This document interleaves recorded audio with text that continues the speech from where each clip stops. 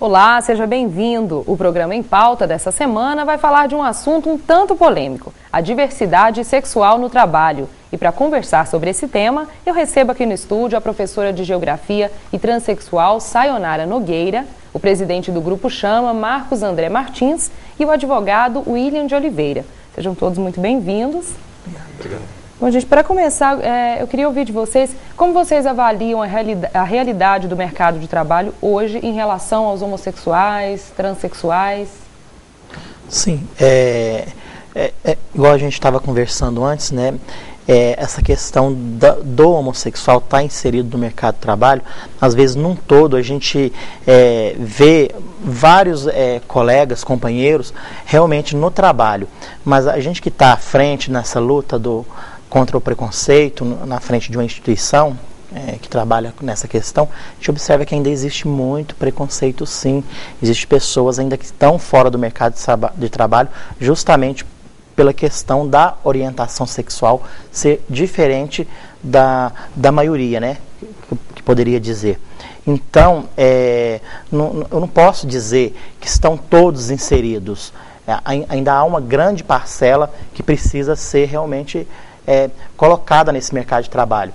Até mesmo porque a questão da evasão escolar que existe dessa parcela da população ainda é muito grande. Eu ainda tenho muito a questão do homossexual num todo que não frequenta uma sala de aula. E isso impede que ele seja futuramente capacitado para estar ocupando o mercado de trabalho. Sem dizer que ainda tem muita empresa preconceituosa que não aceita o homossexual, né? A gente tem uma grande empresa em Uberlândia que emprega vários homossexuais, né? Mas ainda é pouco, num universo de uma população aí de aproximadamente 700 mil habitantes, igual a Uberlândia. Uhum. Infelizmente, hoje é uma política difícil dos homossexuais conseguirem provas, porque as empresas fazem isso de uma forma muito velada, não é uma coisa que você consiga ter uma prova documental, uma prova testemunhal. Então, no próprio processo de seleção, às vezes as empresas tratam de fazer esse filtro e de forma indevida. Não dizem que não é esse o critério, sexual, mas muitas vezes você percebe isso no dia a dia e no próprio ambiente de trabalho, né? É uma situação que ela, inclusive, gera uma ilegalidade. A Constituição veda especificamente a distinção, inclusive, em razão da opção sexual de cada indivíduo. Então, é realmente uma situação difícil hoje, inclusive, para se trazer a discussão ao Poder Judiciário, porque não consegue fazer prova, é uma questão difícil. Entendi. Sayonara, e você acho que seria a pessoa ideal para falar. Como foi para você se formar, entrar no mercado de trabalho, estar hoje em sala de aula, como é que é isso? Voltando ao gancho da fala do Marcos, a escola, infelizmente, ela é homofóbica, tá? A gente percebe no dia a dia, eu sou transexual, sou professora, estou no mercado formal de trabalho, e a gente percebe uma pressão maior em cima dos alunos que são gays assumidos. Então, por isso que tem essa evasão. Então, se não tem profissionalização, com certeza não vai ter trabalho. O meu histórico foi diferente. Eu, até entrar na faculdade, prestar concurso, ingressar dentro do Estado, eu adotei a forma masculina. Porque eu tinha esse medo. Eu tinha o medo do choque e o medo da sociedade acabar me excluindo. Se a sociedade me excluísse, eu ia ter que acabar na rua. Porque é o mercado de trabalho, no geral, das meninas hoje, né? Você acha que se você não tivesse feito isso, talvez não teria conseguido se formar e a família exclui, a escola exclui, a sociedade em geral exclui. Então, o que resta para nós do segmento, não falo nem do segmento LGBT, travesti, transexual, o que acaba restando para a gente é a rua. Então eu fiz o inverso, depois do ingresso do Estado, que eu comecei o processo de hormonização, de terapia, com tratamento psicológico, até realmente adotar, entre aspas, aquela carcaça feminina. E depois que você fez toda essa mudança, você enfrentou o preconceito no ambiente de trabalho, na sala de aula, como é que foi? Em relação aos alunos, não. Eu acho que essa questão da globalização, da mídia, da internet, então acaba levando mais informação para o adolescente. Então o adolescente ele me acolhe muito bem. Agora, com os colegas de trabalho, eu enfrento muitos problemas ainda. Os adultos são mais difíceis de lidar nessa questão. Principalmente aqueles que têm cursos universitários, que são do meio acadêmico, são os que mais me retalham dentro da escola. Tenho grandes amigos, tenho grandes companheiros de pessoas que me apoiam, mas existe uma minoria que me retalha todos os dias. É como se eu levantasse e tivesse que matar um leão todos os dias. Essa é a percepção que eu tenho. Marcos, e no caso das travestis, eu acho que ainda é mais difícil, não é mesmo?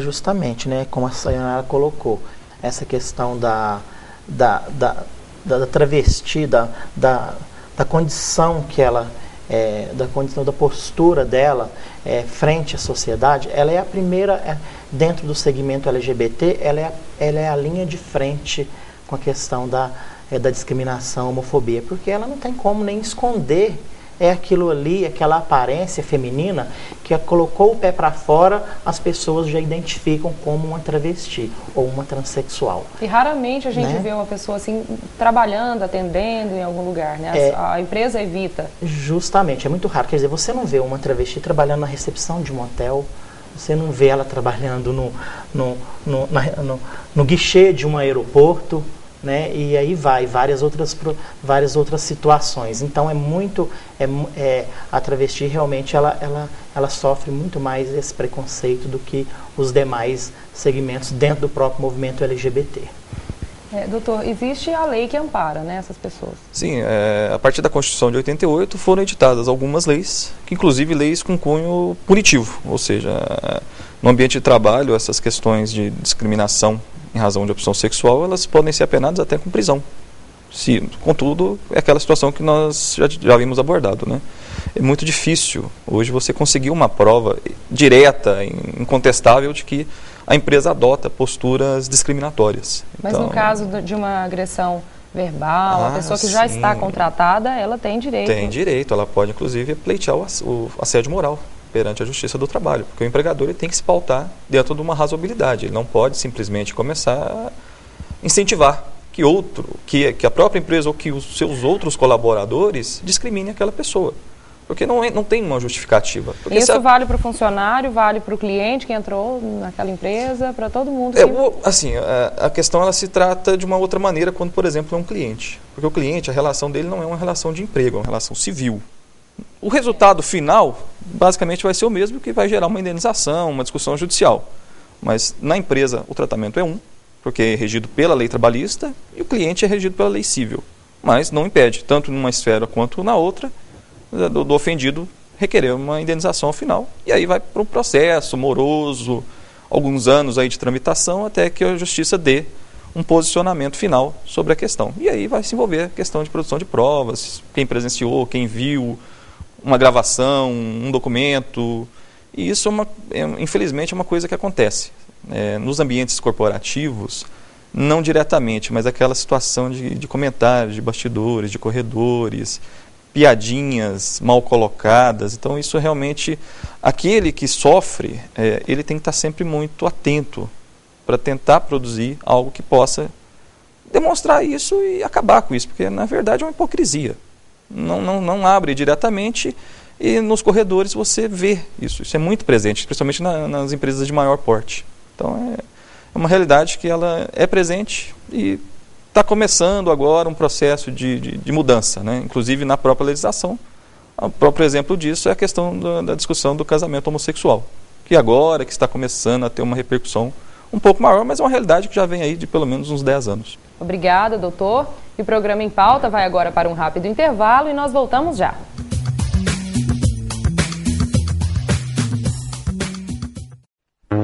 Chegou o cartão de identificação UFO. Agora o professor, técnico administrativo, estudante, aposentado e integrante do PROESP poderão se identificar como pertencentes à comunidade UFO, dentro e fora dos campi, com muito mais facilidade, além de toda a praticidade no acesso aos serviços que a UFO oferece. A adesão é voluntária e a solicitação pode ser feita no portal UFO.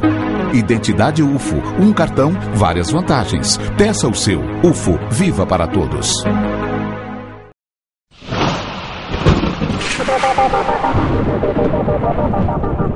Surpresas, Que nada! O Serviço de Previsão do Tempo do Laboratório de Climatologia da Universidade Federal de Uberlândia é referência em Minas Gerais.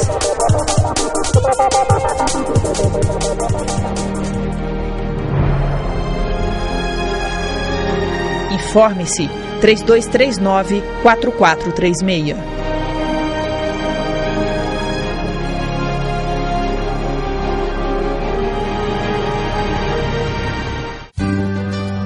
Uma exposição permanente de minerais, rochas e fósseis, coletados em várias regiões do Brasil, com destaque para o estado de Minas Gerais.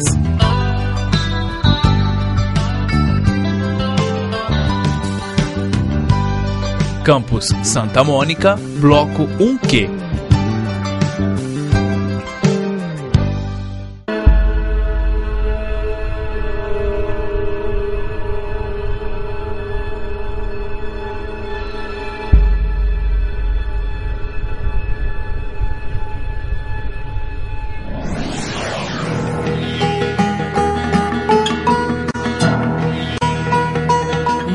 Preparadas para salvar a vida dos melhores amigos do homem. O Hospital Veterinário da Universidade Federal de Uberlândia.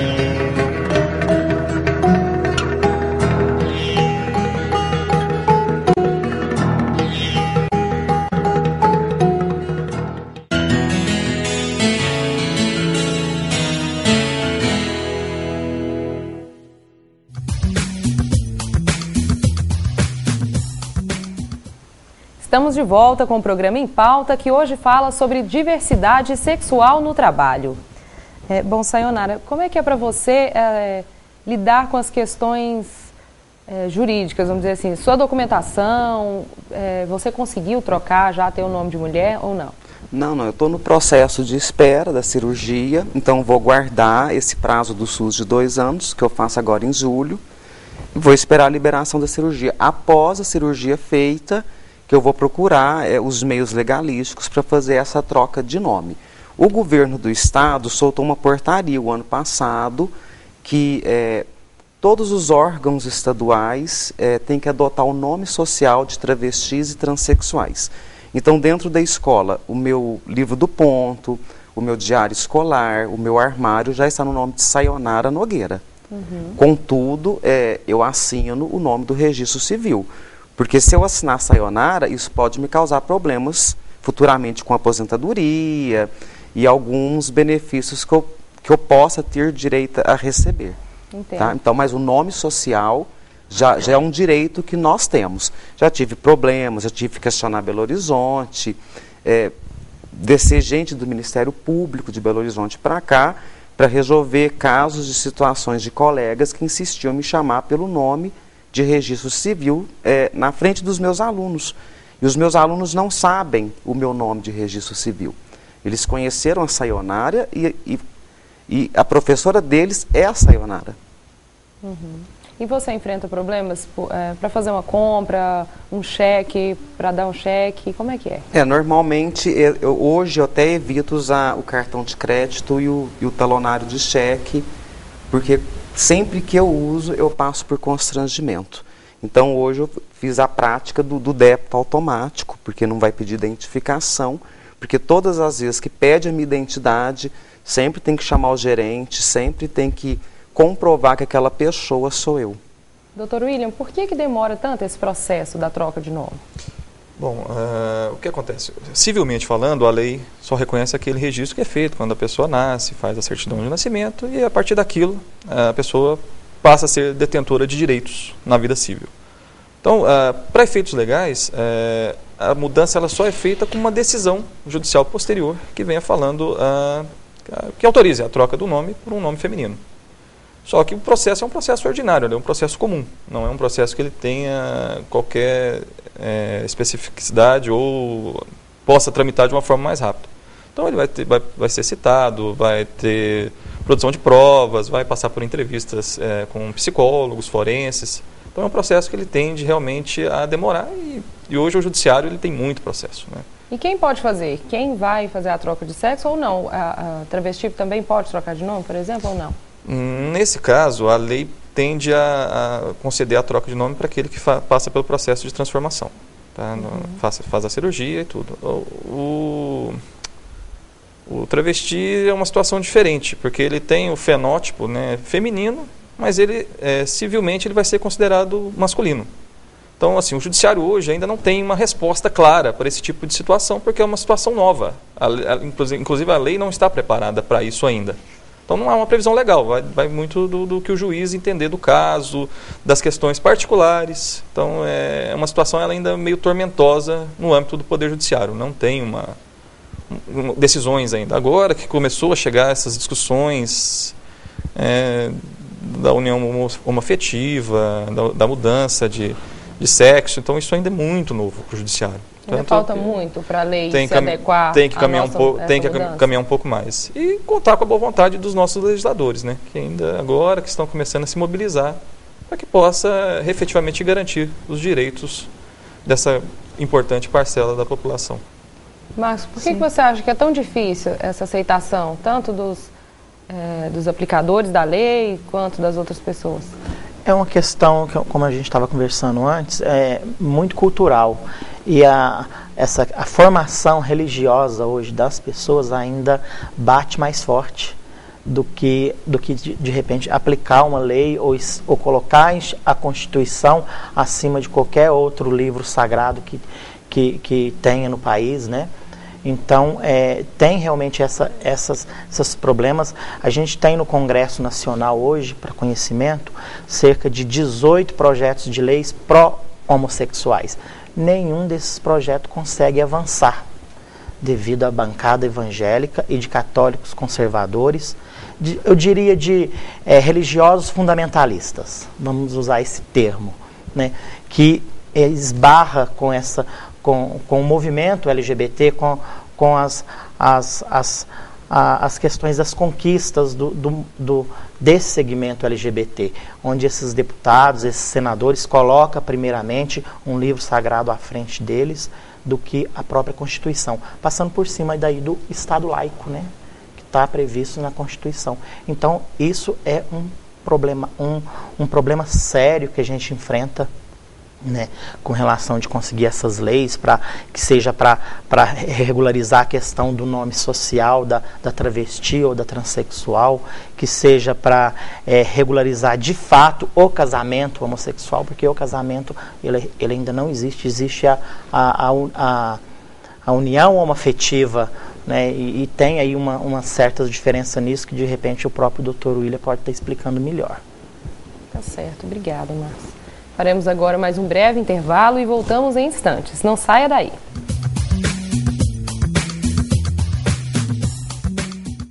Quem é você? Quem você é? Esse é você. Quem você é? Quem é você? Quem você é? Esse é você. Quem você é?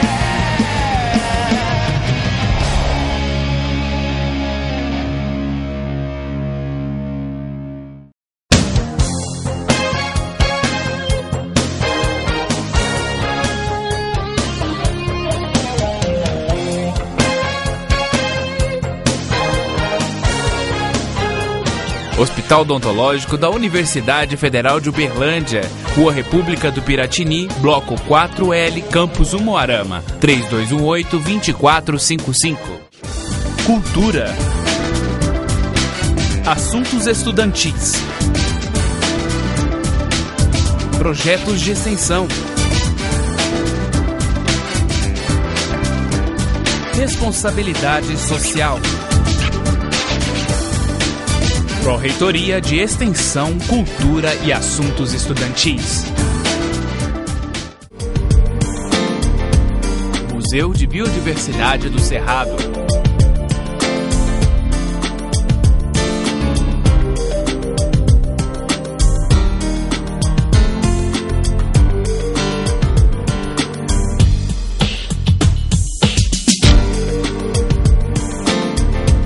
Venha conhecer um pouco da biodiversidade do Cerrado.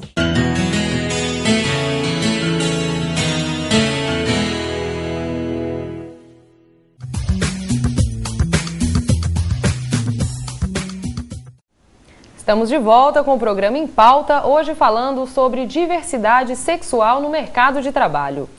Doutor William, quanto ao casamento, como está hoje essa situação no Brasil?